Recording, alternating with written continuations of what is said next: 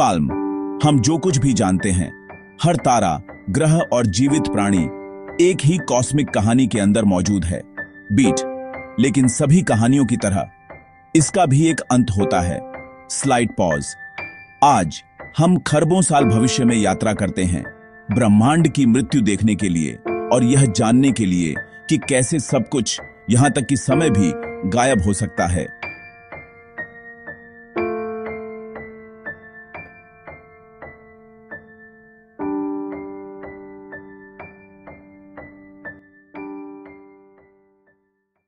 अरबों सालों से तारे हाइड्रोजन को हीलियम में जला रहे हैं, ब्रह्मांड को रोशन करने वाली छोटी भट्टियां, लेकिन हर आग बुझ जाती है।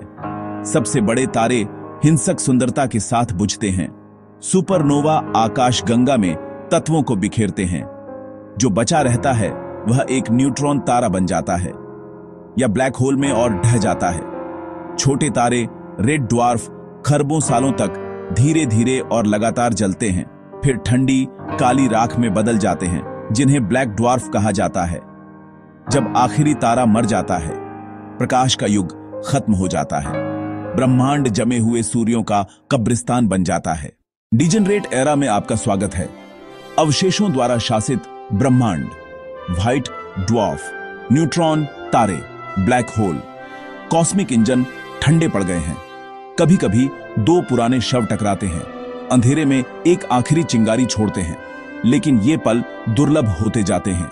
आकाश गंगाएं घुल जाती हैं, गुरुत्वाकर्षण कमजोर हो जाता है, ब्रह्मांड शांत हो जाता है। लेकिन ब्लैक होल भी रचना के आखिरी टाइटन अनंत नहीं है।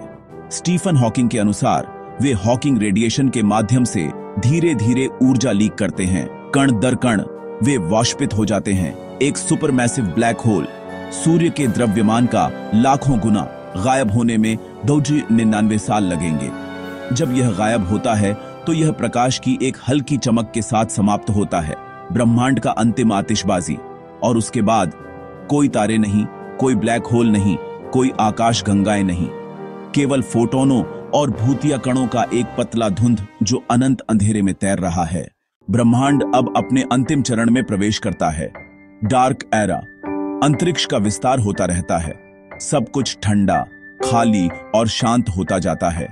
यहां तक कि प्रोटॉन, पदार्थ के बिल्डिंग ब्लॉक भी क्षय हो सकते हैं, केवल प्रकाश और ऊर्जा को पीछे छोड़ते हुए, जो बातचीत करने के लिए बहुत कमजोर है।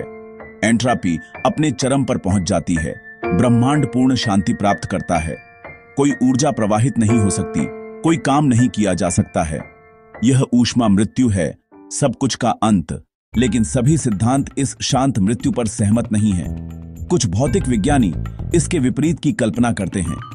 एक बिग क्रंच, जहां गुरुत्वाकर्षण विस्तार को पार कर जाता है और ब्रह्मांड एक बिंदु में ढह जाता है, शायद फिर से जन्म लेने के लिए, या शायद डार्क एनर्जी और मजबूत हो जाए, आकाश गंगाओं, तारों और यहां तक कि परमाणुओं को भी फाड़ दे, एक बिग रिप में जो स्पेस टाइम को ही खत्म कर दे।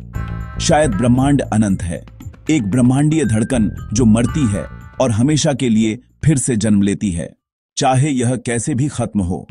ऊष्मा मृत्यु, पतन या पुनर्जन्म के माध्यम से ब्रह्मांड का भाग्य हमें कुछ गहरा याद दिलाता है।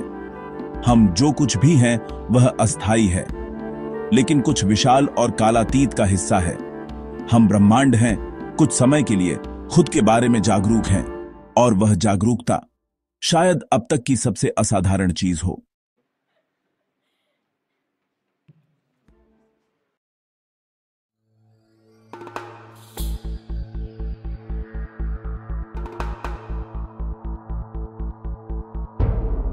अंत में हमारे मैथ्स यूनिवर्स यूट्यूब चैनल को लाइक, शेयर और सब्सक्राइब करें।